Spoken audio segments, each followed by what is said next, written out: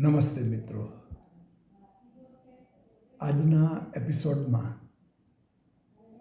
આપણે એક વિશ્વની પ્રસિદ્ધ કૃતિ છે લા મિઝરેબલ, જેના લેખક છે વિક્ટર હ્યુગો. વિક્ટર હ્યુગો એ ફ્રેન્ચ લેખક હતા અને એમનો જન્મ 1802માં થયેલો હતો અને એમનું અવસાન 1885માં થયું હતું.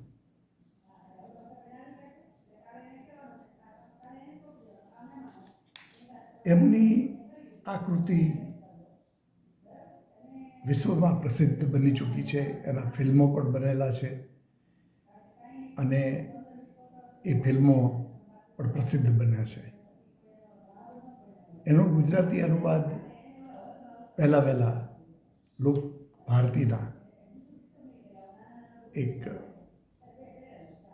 વિદ્વાન અને સરળ સ્વભાવના એવા ગુરુજી, શિક્ષક મૂળશંકર ભટ્ટ, એમણે લા મિઝરેબલનો અનુવાદ કરેલો છે અને એ અનુવાદમાં એમણે લા મિઝરેબલ માટે એક અદ્ભુત શબ્દ વાપર્યો છે, દુખિયારો, દુખિયારા.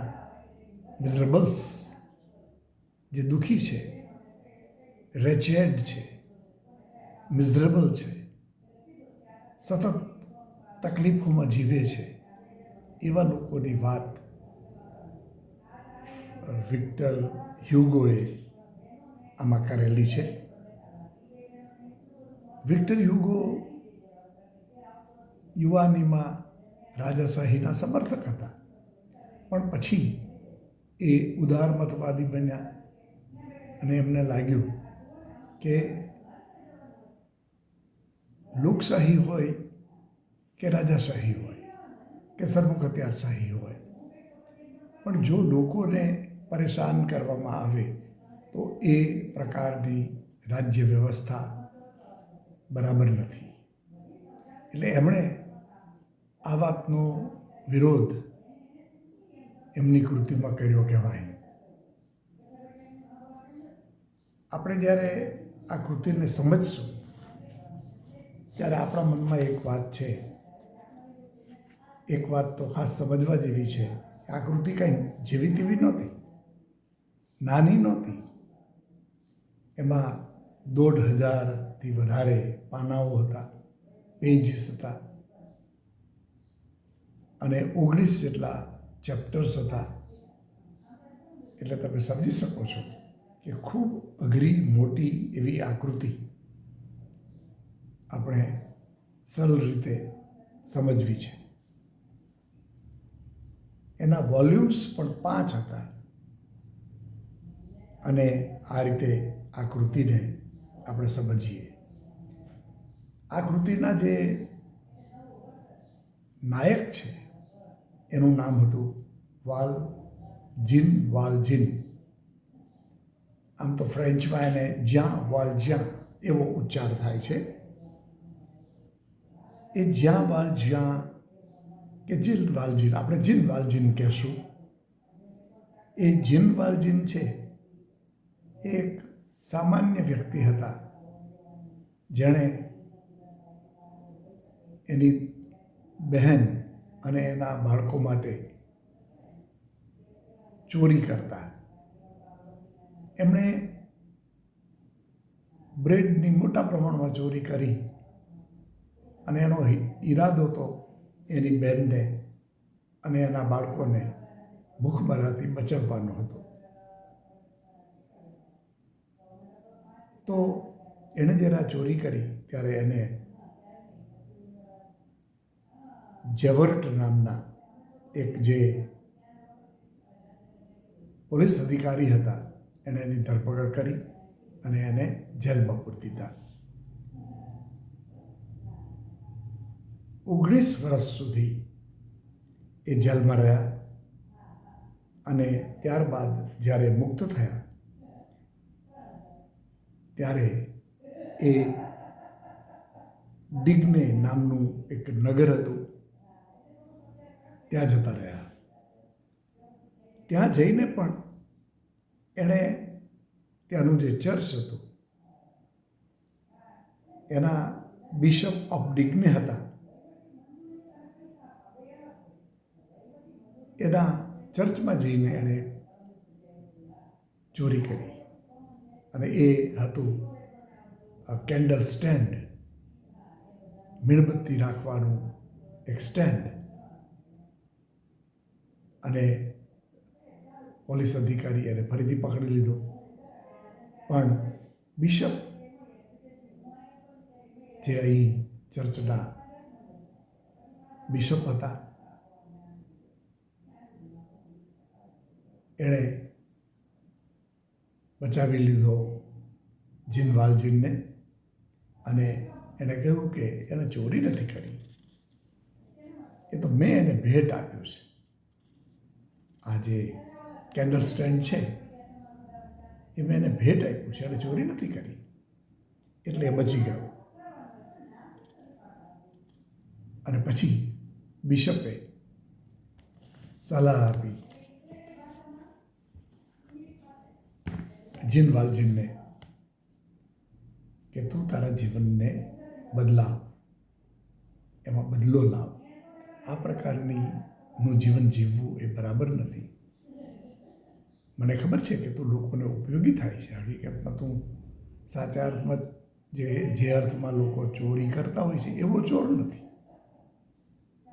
પણ છતાંય એવા કામો બંધ કર અને સારું જીવવાનું શરૂ કર. એટલે જીવન બદલવાની વાત એણે કરી. શરૂઆતમાં તો બદલવું થોડું મુશ્કેલ બન્યું, પણ પછી એણે એવું કર્યું કે હવે હું મારી જિંદગી બદલીશ. અને એ એક નવા વિસ્તારમાં જતો રહ્યો અને ત્યાં જઈને ઉદ્યોગ શરૂ કર્યો. એનું નામ પણ બદલી લીધું અને એણે એનું નામ રાખ્યું મેડલિન. અને એવા નામ સાથે એ મેડલિન તરીકે એ ફ્રાન્સના ઉત્તર પ્રદેશમાં એક ફેક્ટરીનો માલિક બન્યો અને ત્યાં રહેવા લાગ્યો. પછી તો એ નગરનો મેયર પણ બન્યો. એટલે એનું આખું જીવન બદલી ગયું ખરું. હવે બન્યું એવું કે ત્યાં એક કર્મચારી મહિલા હતી આ ફેક્ટરીમાં, જેનું નામ હતું ફેન્ટીન. એ ફેન્ટીન ને એક ગેરકાયદેસર બાળક હતું અને એને કારણે એને નોકરી છોડવી પડી. લોકો એને ધિક્કારવા લાગ્યા અને કહેવા માંડ્યા કે આવું ઇલીગલ, ઇમોરલ જીવન જીવતા હોય એવી કોઈ વ્યક્તિને આપણે નોકરીમાં રાખી શકાય નહીં. હવે હકીકતમાં જીન વાલજીનને એના માટે સંવેદના હતી, સહાનુભૂતિ હતી અને તેથી એણે એને બચાવવાનો પૂરો પ્રયત્ન કર્યો. હવે એને જે દીકરીને જન્મ આપેલો ફેન્ટીને, એનું નામ હતું કોસેટ. હવે કોસેટને તો બહુ તકલીફ પડે એવી સ્થિતિ થઈ ગઈ. તો જીન વાલજીને નક્કી કર્યું કે હું એને ઉપયોગી થઈશ અને એનું જીવન બચાવવાનો સતત પ્રયત્ન કરીશ. એ પોતાની દીકરી હોય એવી રીતે એને રાખવા લાગ્યો. અને ફેન્ટીન પાસે નેચરલી પૈસા નહોતા, એટલે એણે થેનેડિયર્સ નામનો એક પરિવાર હતો આ ગામની અંદર, આ નગરની અંદર. એની ત્યાં એને કામ કરવાનું શરૂ કર્યું. ફેન્ટીને એની પાસે પૈસા નહોતા, પૈસા કમાઈ શકતી નહોતી પૂરતા પ્રમાણમાં, એટલે એણે પોતાના દેહની વેશ્યાગીરી પણ કરવી પડી. કારણ કે એનો ઈરાદો તો એક જ હતો, એ હતો એની પોતાની પુત્રી કોસેટને ની કાળજી રાખવાનો. ફેન્ટિનની ધરપકડ પણ જેવર્ટ જે પોલીસ અધિકારી હતો એણે કરી. ત્યારે જીન વાલજીને મેયર તરીકે એને બચાવવાની કોશિશ કરી. એને એકદમ માંદી પડી ફેન્ટિન, એટલે એને હોસ્પિટલમાં લઈ ગયા, જ્યાં એનું મૃત્યુ થયું. ફેન્ટિન જ્યારે મરણ પામી ત્યારે તો જીન વાલજીન ઉપર જ કોસેટની પૂરી જવાબદારી આવી ગઈ અને એને નક્કી પણ કર્યું કે કોસેટને હું જ નિભાવીશ, હું જ એનું ધ્યાન રાખીશ. એ વખતે જેવર્ટના મનમાં એવું લાગ્યું કે આ મેયર છે ને એ હકીકતમાં તો જીન વાલજીન હોય એવું લાગે છે. એ જીન વાલજીન તરીકે ગુનેગાર હતો, જેલમાં હતો. જેલમાંથી મુક્ત થયા પછી એ ક્યાંક જતો રહ્યો. એટલે જેવર્ટને એવી શંકા તો હતી કે કદાચ આ જીન વાલજીન હોય, પણ જ્યાં સુધી જીન વાલજીન તરીકે એની પાસે કોઈ પ્રૂફ ન હોય તો એ એના પર સીધું એક્શન લઈ શકે એમ નહોતો. હવે જીન વાલજીને જોયું કે કોસેટને આ લોકો રાખતા હતા ખરા, પણ આ થેનેડિયર્સ નામનું પરિવાર પણ એને ગુલામ ગણતા હતા અને એનું શોષણ કરતા હતા. એટલે અંતે જીન વાલજીને એવું નક્કી કર્યું, એણે થેનાડિયર્સને નાણાં આપ્યા અને કોસેટને પોતાની પાસે લઈ લીધી દીકરી તરીકે. અને જીન વાલજીન પછી પેરિસમાં રહેવા લાગ્યો. 9 વર્ષ ત્યાં રહ્યો. એ વખતે એક મેરિયસ નામના યુવાનના પરિચયમાં આવ્યો. આ મેરિયસ નામનો યુવાન એ એક ક્રાંતિકારી યુવાન હતો. એના મનમાં જે વિચારો હતા એ પણ ક્રાંતિના, પરિવર્તનના, દેશપ્રેમના હતા. અને એથી એણે ફ્રેન્ચ રિવોલ્યુશનમાં ભાગ લીધો. મેરિયસ જ્યારે કોસેટના પરિચયમાં આવ્યો ત્યારે એ એના પ્રેમમાં પડ્યો. પણ એ જ વખતે આ થેનાડિયર્સની પુત્રી એપોનીન હતી, એને પણ મેરિયસ ખૂબ ગમતો હતો. એટલે બન્યું એવું કે બે વ્યક્તિઓ, બે છોકરીઓ, બે યુવતીઓ મેરિયસના પ્રેમમાં પડેલી. જીન વાલજીનને આ બાબતમાં જરા ચિંતા થઈ કે આનો ઉપાય શું કરવો. એટલે પહેલાં તો એને એમ થયું કે આ મેરિયસના પ્રેમમાં પણ ન પડાય, એમાં વ્યાજબી નથી, તકલીફ પડે. પણ એણે જોયું કે મેરિયસ ખરેખર સારો યુવાન હતો, ખરાબ નહોતો. એટલે એણે એવું કર્યું કે એમાં સંમત થયો. એને એમ થયું કે નહીં, ભલે બંને પરણે. એ જ સમય દરમિયાન પેરિસમાં ક્રાંતિ ચાલતી હતી અને હિંસા થતી હતી. એ દરમિયાન આ થેનેડિયર્સની જે પુત્રી હતી એપોનીન, એનું પણ મૃત્યુ થયું. હવે એપોનીન છે એ પણ મેરિયસને પ્રેમ કરતી હતી, પણ હવે તો કોસેટ એની પ્રેમિકા રહી. એટલે એણે થયું કે મારે આમાં મદદરૂપ થવું જોઈએ. અને એ રીતે એણે નક્કી કર્યું કે બંનેના લગ્ન ભલે થઈ જાય અને હું એની કાળજી રાખીશ. એટલે મેરિયસની કાળજી પણ એને રાખેલી, કોસેટની કાળજી પણ રાખી અને બંનેને એક લગ્ન જીવન સારી રીતે જીવી શકે એવી રીતે બંનેના લગ્ન થઈ ગયા.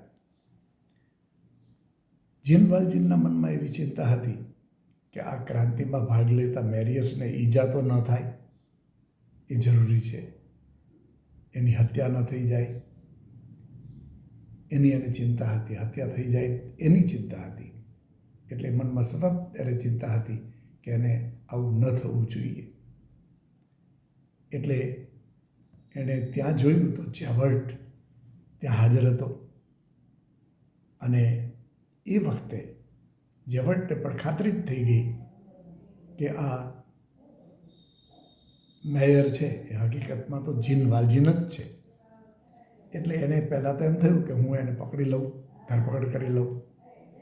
પણ જેવર્ટે જોયું કે વાસ્તવમાં જીન વાલજીન બીજાને ઉપયોગી થતો હતો.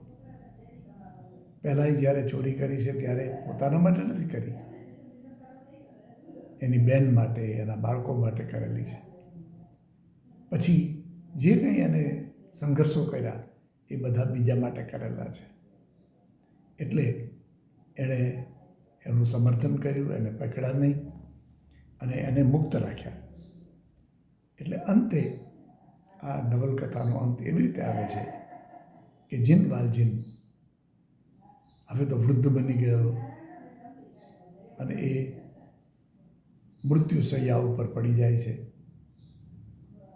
અને ત્યારે કોસેટ અને મારિયસ એની પાસે આવે છે. એ બંનેને સુખી જોઈને એને પણ સુખ થાય છે. એટલે જીન વાલજીન છે એ અંતે મૃત્યુ પામે છે, પણ એને એમ લાગે છે કે જે મારા કામો છે, મારા કર્મો છે એ હવે પૂરા થયા છે અને તેથી હવે હું સંતોષપૂર્વક મરણ પામી શકું છું. એટલે અંતે એ પોતે મરણ પામે છે. પણ એ વખતે આ કૃતિનું જે મહત્ત્વ છે એ આ છે કે સતત સંઘર્ષમય, ગરીબી અને તકલીફવાળું જીવન જીન વાલજીન તો જીવ્યો જ, પણ એ બીજાને ઉપયોગી થવા માટે સતત પ્રયત્નશીલ રહ્યો. એટલે આ કૃતિના લેખક વિક્ટર હ્યુગોના મનમાં એક વાત હતી કે આપણે વાસ્તવમાં તો બીજાને ઉપયોગી થવું જોઈએ. જ્યારે આપણે બીજાને કંઈક ઉપયોગી થઈએ ત્યારે જ આપણું જીવન સાચા અર્થમાં અર્થવાળું ગણાય, નહીંતર એ નિરર્થક છે, અર્થ વિનાનું છે. એટલે આ રીતે એણે આ વાતને બહુ સરસ રીતે રજૂ કરી છે. તમે આનું ફિલ્મ પણ જોઈ શકો છો. ફિલ્મો તો 3, 4, 5 જેટલા બનેલા છે અને એમાંના જે કલાકારો છે એણે પણ અદ્ભુત રીતે આ કૃતિનું ફિલ્મમાં રૂપાંતર કરેલું છે. મેં આપને વાત કરી એ પ્રમાણે મૂળશંકર ભટ્ટે જે દુખિયારો એવા નામ સાથે લા મિઝરેબલનો અનુવાદ કરેલો છે અને એ અનુવાદ, એ ભાષાંતર બધાએ વાંચવા જેવું છે. બહુ સરળ ભાષામાં સરસ રીતે લખાયેલું છે. મેં વર્ષો પહેલાં મારી યુવાન સમયે, ઉંમરે મેં વાંચેલું છે. આપે કદાચ સાંભળ્યું હશે કે જય વસાવડાએ પણ એનો ખાસ ઉલ્લેખ કરેલો છે અને એનાથી એ પ્રભાવિત પણ થયેલા હતા. તો આ કૃતિનો તમે અભ્યાસ કરજો. આ કૃતિનું જે એક મહત્ત્વનું જે થીમ છે, એનો મેજર થીમ છે, એ છે સોશિયલ ઇનજસ્ટિસ, સામાજિક અન્યાય. સામાજિક અન્યાય છે એ એક એવી વાત છે કે જે સતત ચાલતી રહે છે. તમે જુઓ તો ધનિક દેશોમાં, લોકશાહી દેશોમાં પણ જોવા મળે છે. તો એમાંથી બહાર નીકળવું એ ખરેખર તો બહુ જ મહત્ત્વનું છે. સરમુખત્યારશાહી હોય કે રાજાશાહી હોય, આપખુદશાહી હોય, એમાં તો કેટલાક અનિષ્ટો હોય જ છે. હિંસા હોય છે. પણ લોકશાહી તો ઉત્તમ ગણાય, અને છતાં પણ એમાં સોશિયલ ઇનજસ્ટિસ જોવા મળે છે, જેમાં વર્ણ પ્રથાને કારણે પણ હોય, જેન્ડરને કારણે પણ હોય, અથવા ગરીબી વગેરેમાં પણ હોય. અધિકારીઓ છે એ ઘણીવાર લોકોને ખૂબ પરેશાન કરે છે, જેમ ઝવટ કરતો હતો એ રીતે. ઝવટને એમ થતું કે હું કોઈને પકડી લઉં અને જેલમાં પૂરી દઉં, એ મારું કામ છે. કામ તો છે, જો ગેરકાયદેસર રીતે કોઈ ખરાબ એવા કાર્યો કરતો હોય તો એને પકડવો જોઈએ, એને જેલમાં પણ મોકલવો જોઈએ જરૂરી હોય તો. પણ એના બદલે એમ થતું કે જાણે મેં એક બહુ મોટી સજા એને કરી છે. આ રીતે સજા કરતો રહેતો અને એને કારણે સોશિયલ ઇનજસ્ટિસ ચાલતું રહેતું હતું. આજે પણ એ ચાલતું રહે છે. એટલે સોશિયલ ઇનજસ્ટિસ એ આ કૃતિનો થીમ છે. એ ઉપરાંતમાં એમાં બીજી કેટલીક વાતો પણ અંદર આવે છે. પ્રેમ, ધિક્કાર, સજા, પ્રાયશ્ચિત, દયા, અન્યાય, ઇતિહાસ અને ક્રાંતિ. આ બધા વિષયો પણ એની અંદર આવે જ છે. આ નવલકથાનો જે સંદેશ છે એ છે કે માનવ જીવનમાં પરિવર્તન લાવવા માટે પ્રેમની જરૂર છે. પ્રેમ એક જ એવી વસ્તુ છે કે જે બધું તમારું જીવન બદલે છે. બધા જ અનિષ્ટોથી તમે દૂર થઈ જાઓ છો અને કંઈ પણ કદાચ કરો, કોઈ પણ, જેમ કે જીનવાલજીન ચોરી કરે છે, તો ચોરી કરે તોય ચોરી એ કોઈ અનૈતિક વસ્તુ નથી બનતી જો તમે કોઈને પ્રેમ કરતા હો, કોઈ માટે કાંઈ આવું કરતા હો. જેમ જીનવાલજીન છે એ બ્રેડને ચોરીને અંતે તો બીજાને પૂરી પાડવા માગતો હતો, ભૂખમરામાંથી, સ્ટારવેશનમાંથી, ભૂખમરામાંથી બચાવવા માગતો હતો. તો એનો અર્થ એ થયો કે પ્રેમ છે એ એક એવું જળ છે જેમાં તમે નાહીને, જેમ ગંગામાં નાહી અને એમ કહેવાય છે કે તમે તમારા પાપને ધોઈ નાખો છો, એમ પ્રેમના જળમાં જો તમે નાહો તો તમે સંપૂર્ણપણે એકદમ પવિત્ર બની જાઓ છો. આપણે સ્વર્ગની કે નર્કની વાત નથી કરતા, આપણે વાત કરીએ છીએ આપણા જીવનની. આપણા જીવનમાં જ આપણે જો પ્રેમથી ભરેલા હોઈએ, સમગ્ર માનવજાત માટે પ્રેમ કરતા હોઈએ, તો એમાંથી આપણે એકદમ પવિત્ર જીવન જીવી શકીએ છીએ. તો આ કૃતિ દુખિયારા, લા મિઝરેબલ અવશ્ય વાંચજો. અને હમણાં આપણે નથી કહ્યું પણ હું કહું કે તમે લાઈક કરો, કમેન્ટ કરો, સબસ્ક્રાઈબ કરો. અને આ કૃતિઓ જ નહીં પણ બીજી આપણે કેટલી વાતો કરવી છે, જેને કારણે મારો ઈરાદો તો અંતે એ છે કે વિશ્વની મહાન કૃતિઓ પણ તમારી પાસે પહોંચે, વિશ્વનું તત્વચિંતન પણ તમારી પાસે પહોંચે અને આપણે સતત એમાં અભ્યાસ કરતા રહીએ. મેં કહ્યું એમ, હું જ્યારે આજે ગુરુ પૂર્ણિમા છે, તો ગુરુ પૂર્ણિમાના દિવસે હું એક વાત ખાસ એ કહેવા માગું છું કે એક શિક્ષક એ માત્ર ગુરુ નથી. કારણ કે ગુરુ શબ્દ જરાક મારી દૃષ્ટિએ એક્ઝેજરેટેડ છે. એવા ગુરુ બનવાને બદલે તમે એક પ્રેમભર્યા માર્ગદર્શક બનો. તમે પોતે પણ પ્રયત્નશીલ રહો, નવું નવું શીખતા રહો. તો એવા ગુરુ તરીકે, એવા શિક્ષક તરીકે હું મારું કામ કરવા માગું છું. I don't want to be a grand guru, કારણ કે મને પોતાને કોઈ વિરોધ નથી, પણ મને એ વસ્તુ એટલા માટે નથી ગમતી કે લોકો ઘણીવાર ધર્મમાં કે પરંપરામાં આપણે એવું જોઈએ છીએ, વિવિધ ધર્મોમાં ગુરુઓ કે જે ધર્મના આગળ પડતા માણસો હોય ધર્મમાં, એવા લોકો ઘણીવાર લોકોને છેતરે છે અને લોકો પણ એની પાછળ પડી જાય છે.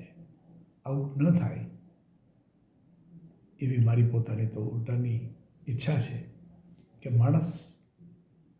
દરેક માણસમાં એવી વસ્તુ હોય છે કે માણસ છે એ ખરેખર મારી દૃષ્ટિએ તો માત્ર ગુરુ નહીં, ટીચર જ નહીં, પણ સ્ટુડન્ટનું જ બહુ મહત્ત્વ છે, શિક્ષકનું મહત્ત્વ છે, એક શિષ્યનું મહત્ત્વ છે. અને શિષ્ય જ્યારે ભણે, વાંચે, વિચારે, સમજે, ત્યારે વાસ્તવમાં તો એ ગુરુનું મહત્ત્વ વધે છે. પણ ગુરુ કરતાં મારી દૃષ્ટિએ તો શિષ્યનું, સ્ટુડન્ટનું, લર્નરનું બહુ જ મહત્ત્વ છે. ગુરુ is giver and the student is receiver, and receiver is far more important then the giver. તો સૌને આજે આવા પવિત્ર દિવસથી બધાને શુભકામનાઓ. આગળ વધો, વિચારો અને જ્ઞાનસભર, પ્રેમસભર, સમજણસભર જીવન જીવો. Thank you.